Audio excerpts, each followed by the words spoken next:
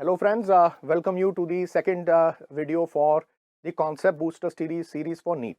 Right, in this particular video, I am going to discuss a small topic on electrolysis, and especially थोड़े से जो abnormal electrolysis होते हैं, उसके ऊपर एक छोटी सी बात कर लेंगे. Right, electrolytic dissociation is discharge of the ion. Discharge मतलब जो चार्ज होता है आयन के ऊपर, उसको हटाने के लिए हम यूज करते हैं. तो जो मैं आपको पहले एक नॉर्मल जनरल इलेक्ट्रोलिसिस करके दिखा दूंगा. Let's just go with electrolysis of aqueous copper sulfate using platinum electrodes. ऐसे कुछ ले लिया. वैसे सब बच्चों को ये आता होता है, लेकिन इसको एक बस एक जजमेंट दे देंगे. उसके बाद कुछ एनोमलस इलेक्ट्रोलिसिस उठा के देख लेंगे. तो डिस्चार्ज एनर्जी सीरीज के हिसाब से discharge energy of cupric ion is less than discharge energy of H plus. ये तुम्हें पता ही है, जो रिएक्टिविटी सीरीज या इलेक्ट्रोकेमिकल सीरीज है उसमें कॉपर हाइड्रोजन के नीचे आता है. So discharge of the cupric ion, जो स्टैंडर्ड रिडक्शन पोटेंशियल है क्यूप्रिक आयन का प्लस 0.34 वोल्ट. तो of course that is more higher. So अगर यहां पर एक जनरल बात कर रहा हूं, एक second. E naught of H plus oblique H2 is 0.00 volt. E naught of Cu plus 2 oblique Cu is plus 0.34 volt. लेकिन इसका मतलब भी क्या होता है? इसका मतलब क्या है? ये तो 0.00 वोल्ट है, ये 0.34 वोल्ट. हम लेकिन ये जो स्टैंडर्ड इलेक्ट्रोड पोटेंशियल्स हैं, इनका एब्स्ट्रैक्ट मतलब क्या है, ये क्यों हम ऐसे लिख रहे हैं? ये याद रखो, delta G naught is minus n F E naught. ये तो पता ही है, सबको मालूम है.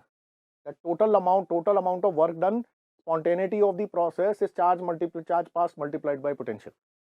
तो स्टैंडर्ड इलेक्ट्रोड पोटेंशियल यहां पॉजिटिव है.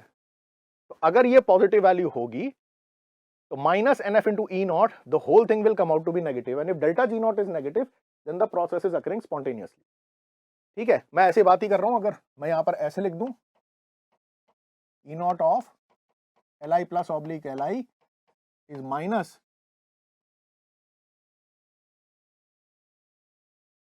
3.05 वोल्ट. तो ये तो नेगेटिव वैल्यू है. एसआरपी स्टैंडर्ड रिडक्शन पोटेंशियल इस आयन के लिए नेगेटिव है. इस नेगेटिव को इधर डाल दे बेटा, इसमें डाल दे बच्चे. यहां माइनस डाल दे, माइनस एंड माइनस, ये तो बोर्ड ऐसा इसमें लग जाती है. माइनस और minus becomes positive. And if delta G naught becomes positive then the process is non spontaneous. वो प्रोसेस नहीं होगा. तो हमको क्या चाहिए कि हमारा एसआरपी की वैल्यू जो है वो पॉजिटिव आए, नेगेटिव वैल्यू नहीं आए. तो यहां पर कॉपर आयन का जो एसआरपी है that is more positive as compared to SRP of H plus ion converting to hydrogen. इसकी डिस्चार्ज एनर्जी कम है. तो कैथोड पर, ये तुम सबको मालूम है, मैं सिर्फ एक जनरल इलेक्ट्रोलिसिस डिस्कस कर रहा हूं ताकि तुमको मालूम पड़े कि कैथोड के ऊपर कॉपर डिपॉजिटेड होगा. अब खुद मेरे को बता दो, यहीं पर ही लाइन बना लो. एक कैटायंस कौन से हैं?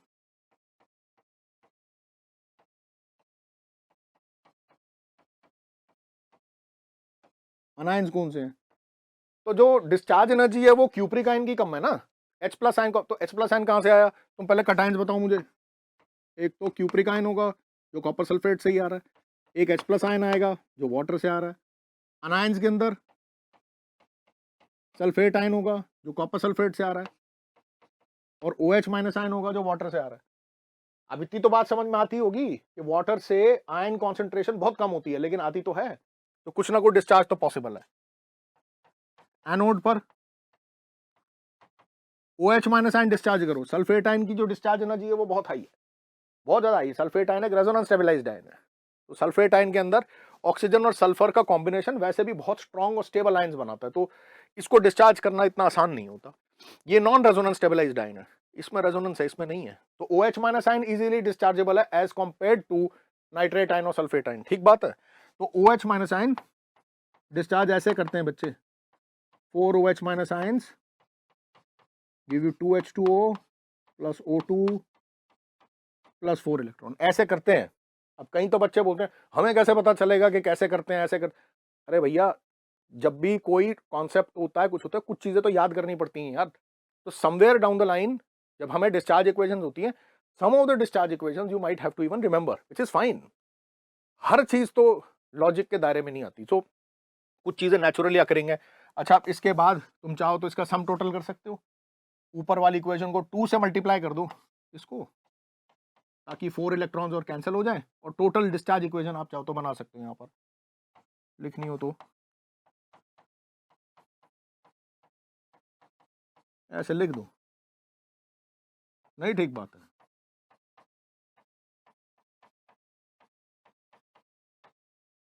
ठीक है, ये जनरल डिस्चार्ज है। जैसे जनरल डिस्चार्ज, अब मेरे को इसमें ये भी बता दो कि अच्छा चलो ये सारे डिस्चार्ज हो गए, तो बचा क्या?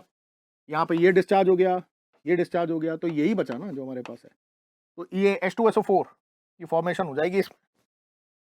तो ऐसे भी कई बार कोई क्वेश्चन पूछ लेगा what is left after the electrolysis is complete, तो उस समय क्या बचा? ऑक्सीजन गैस तो एलिमिनेट हो गई, वो तो बाहर निकल गई। कॉपर जो है वो इलेक्ट्रोड के ऊपर डिपॉजिट हो गया। तो आप एक तरीके से चाहो तो इससे कॉपर प्लेटिंग भी कर सकते हो, किसी आर्टिकल के ऊपर कॉपर डिपॉजिट कर सकते हो। हमने वैसे प्लैटिनम पे किया है, प्लैटिनम पे कौन प्लेटिंग करेगा, लेकिन आप इसमें कोई दूसरा आर्टिकल ले लो जो इलेक्ट्रोलिसिस में इंटरफियर ना करे, तो उसके ऊपर उसकी प्लेटिंग भी हो जाएगी। ये जो मैंने डिस्कशन की थी, ये एक जनरल इलेक्ट्रोलिसिस प्रोसीजर की थी। ठीक है, अब इसको मैं मिटा देता हूँ, इसकी कोई जरूरत नहीं है, सिर्फ तुम्हें बताने के लिए था।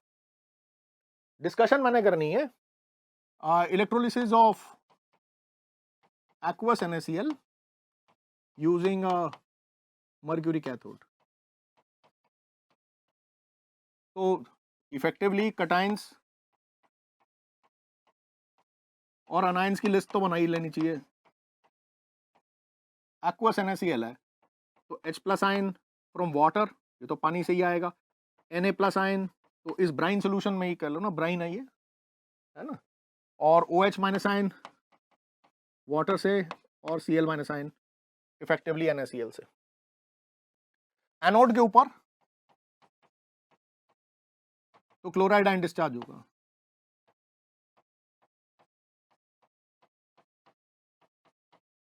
ऐसे क्लोरीन गैस की डिपोजिशन होती है, क्लोरीन गैस डिपॉजिट होगा। अब इफेक्टिवली अगर डिस्चार्ज एनर्जी देखोगे तो discharge energy H plus ion की कम होती है, Na पॉजिटिव आयन की ज्यादा होती है। सोडियम आयन से सोडियम मेटल बनाना तो बहुत मुश्किल काम है, it is very very difficult to make sodium metal from sodium ion.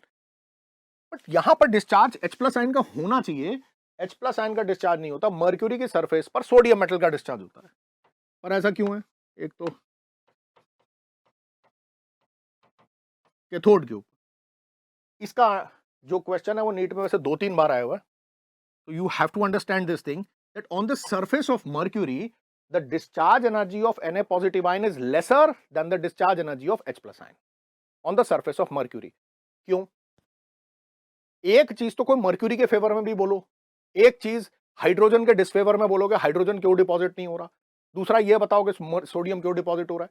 जितने दृष्टिकोण से, जितने अलग अलग एंगल से तुम उसको समझा सकते हो, उतने एंगल से उसको समझाओ तो उसकी क्लैरिटी आएगी बेटर। सुनो इधर, sodium ion discharge on the surface of mercury requires lesser energy as sodium metal has high affinity for mercury to form sodium amalgam। English में हो गया क्या है, तो हिंदी में समझ लो।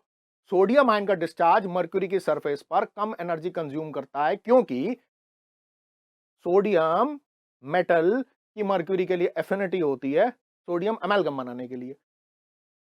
नहीं ठीक बात है, sodium metal combines with mercury to form sodium amalgam. Sodium amalgam में सॉलिड सॉल्यूशन है, दो एलॉयज हैं, सोडियम और मर्क्यूरी का एलॉय है, तो इसलिए इसकी डिस्चार्ज एनर्जी कम है। ये तो ठीक है, लेकिन हाइड्रोजन की डिस्चार्ज एनर्जी ज्यादा क्यों है, ये भी बताओ कि हम H प्लस आयन क्यों डिपॉजिट नहीं कर रहे, जबकि नॉर्मल इलेक्ट्रोलिसिस के अंदर H प्लस आयन का डिपोजिशन होना चाहिए था। तो आप ऐसा बोलोगे कि mercury is a member of the hydride gap. कुछ एलिमेंट्स डी ब्लॉक के अंदर, डी ब्लॉक में कुछ ट्रांजिशन एलिमेंट्स ऐसे हैं, एलिमेंट्स ऑफ ग्रुप 7, 8, 9, मर्क्यूरी, जिनकी हाइड्रोजन के साथ कोई एफिनिटी नहीं होती, जिनका ना हाइड्रोजन के साथ कोई और बनता है, जिनकी ना हाइड्रोजन के लिए कोई एफिनिटी है और जिनके ना हाइड्रोजन के साथ कोई कॉम्बिनेशन कंपाउंड्स बनते हैं, ना उनके हाइड्राइड फॉर्मेशंस होती हैं, नॉन स्टोइशियोमेट्रिक हाइड्राइड हो सकते हैं, स्टोइशियोमेट्रिकली उनके साथ कोई कंपाउंड फॉर्मेशन नहीं होती। पीरियोडिक टेबल में this is famously referred to as the hydride gap of the periodic table. तो हाइड्राइड गैप का मतलब ये होता है कि सोडियम तो मर्क्यूरी पर डिपॉजिट होगा क्योंकि वो सोडियम एमालगम बनाता है, और हाइड्रोजन मर्क्यूरी पर इसलिए डिपॉजिट नहीं हुआ क्योंकि मर्क्यूरी के लिए हाइड्रोजन के लिए कोई एफिनिटी नहीं होती। इसको हम हाइड्राइड गैप मेंबर बोलते हैं। तो as a result discharge energy of H plus ion becomes very high. तो anomalously against the rule, against the our general concepts of understanding, sodium ion का डिस्चार्ज हो गया, क्लोराइड आयन का discharge हो गया, और हमारे पास पीछे वाटर बच गया। तो सोडियम मेटल की डिपोजिशन मर्क्यूरी कैथोड के ऊपर हो जाएगी। बाकी इधर आपको मर्क्यूरी कैथोड लेने की जरूरत नहीं, इधर आप कुछ और ले सकते हो।